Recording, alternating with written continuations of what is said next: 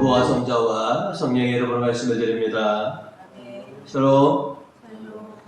연중 11주일을 열어가시는 여러분에게 주님의 은총과 평화가 가득하시기를 주님의 이름으로 축원드립니다. 주님의 제자로 살아가는 우리들은 구원의 대상이면서도 또 구원의 도구입니다. 주님께서 우리들에게 복음을 통해 구원하셨고 또 우리를 통해 세상을 구원하시고자 하십니다. 그래서 오늘은 구원의 도구로서 복음을 전하여 구원에 이르게 하라라고 하는 제목으로 은혜를 나누고자 합니다. 오늘 먼저 측은히 여겨주시는 주님에 대한 그 사랑을 우리가 기억해야 할 것입니다. 여러분 지금껏 숱한 인생을 헤쳐오셨는데 이렇게 돌이켜보시면 길을 펴고 살았던 순간들이 많으신 것 같습니까? 아니면 기가 꺾인 채 살았던 순간들이 많으셨던 것 같습니까? 대부분의 사람들은 세상의 냉혹함과 또 가진 자들의 힘과 권력 앞에 우리가 움츠리며 그렇게 살아갔던 분들이 참으로 많이 계시죠. 이렇게 참으로 길을 펴고 살지 못하는 그런 우리들의 삶의 모습을 보시고 예수께서는 우리들을 가엾게 보시고 우리들을 보살펴 주시고자 하십니다. 오늘 복음 36절로 또 목자 없는 양과 같이 시달리며 허덕이는 군중을 보시고 불쌍한 마음이 들었다 라고 이렇게 성경은 기록하고 있습니다. 세상 어디에나 불쌍한 처지에 놓인 이들이 있습니다. 의지할 것도 없는 군중들이 계십니다. 이와 같은 이들 예수님께서는 불쌍히 여기시는 측은한 마음을 가지시고 그들을 찾아오시고 그들을 보살펴 주십니다 라고 하는 것이죠. 오늘 일독소에서 하나님의 천사들이 아브라함을 찾아왔습니다. 여러분도 아시는 것처럼 75세의 나이에 하나님의 말씀에 순종하여서 부모야 고향을 버리고 약속과 희망으로 그렇게 25년을 이렇게 살아온 아브라함의 삶이었습니다. 하지만 그의 환경과 처지는 참으로 안타깝다라고 이렇게 말할 수가 있겠습니다. 자신의 이름으로 된 딱 한 떡이 없는 그런 삶을 지금 살아가고 있고요. 하느님의 약속처럼 하늘의 별처럼 네 자손이 많게 해주겠다라고 하는 그 약속을 받았지만 지금은 자기 하녀 하갈에게서 얻은 이스마엘이 자기 자식고 하나였습니다. 더구나 이제는 아브라함과 사라는 인간적인 희망을 모두 상실할 만큼 그렇게 늙은이들이 되었습니다. 오늘 복음 11절로 보시면 아브라함과 사라는 이미 나이 많은 늙은이였고 사라는 갈고리가 끊기지도 오래였다. 사라를 통해 자식을 본다는 것은 이미 이 육신적으로는 이미 그 희망이 다 끊긴 상태다라고 하는 것이죠. 이런 환경과 처지에 있던 아브라함을 천사들이 찾아왔고 하나님의 언약이 이루어질 것이다 라고 하는 그런 약속의 예언을 전해줍니다. 낙심하고 좌절한 아브라함과 사라에게 하나님의 천사들은 이렇게 말합니다. 14절로 이 야훼가 무슨 일인들 못하겠느냐. 내년 봄 새싹이 돋아날 무렵에 내가 다시 찾아오리라. 그때 사라는 이미 아들을 낳을 것이다. 하나님께서는 당신의 사람들이 희망 없이 무력한 상태로 그렇게 쓰러져 가는 것을 그대로 보고 두지 않으십니다. 하나님께서는 세상에 시달리며 허덕이던 이들을 찾아와서 그들을 살펴주시고 그들에게 새 희망을 불어넣어주시는 그 사랑의 하느님이십니다.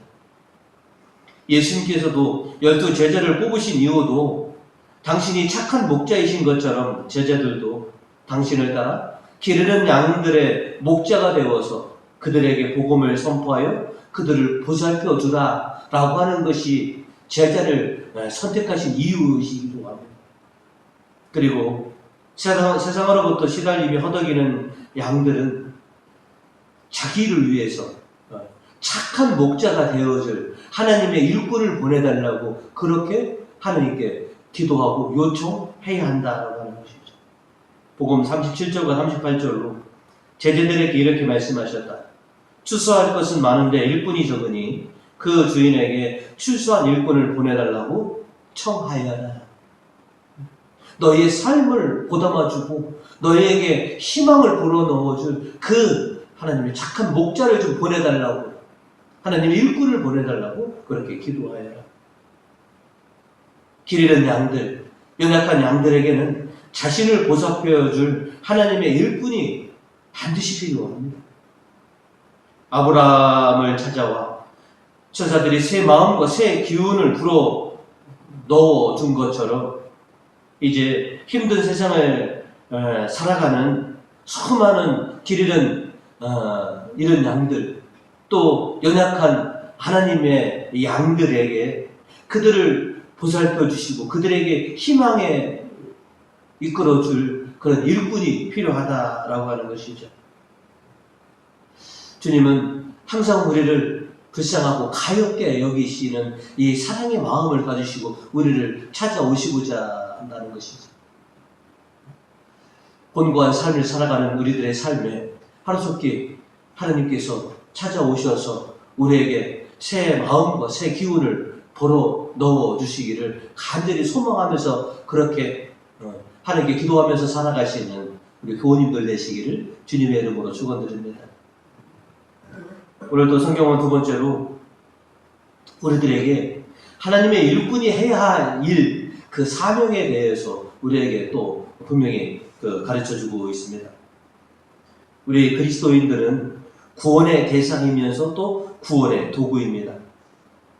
하나님께서는 우리에게 은혜를 베풀어 주셔서 우리를 구원받게 하셨고, 그럼 우리가 또 그 은혜를 또 이웃과 나누도록 하나님의 일꾼으로서의 그 사명들을 우리가 감당하기를 바라시는 것이죠.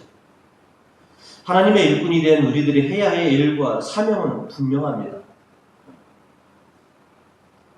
오늘 복음 6절에서 8절의 말씀을 보시면 다만 이스라엘 백성 중에 길 잃은 양들을 가서 하늘나라가 다가왔다고 선포하여 앓는 사람은 고쳐주고 죽은 사람은 살려주어라.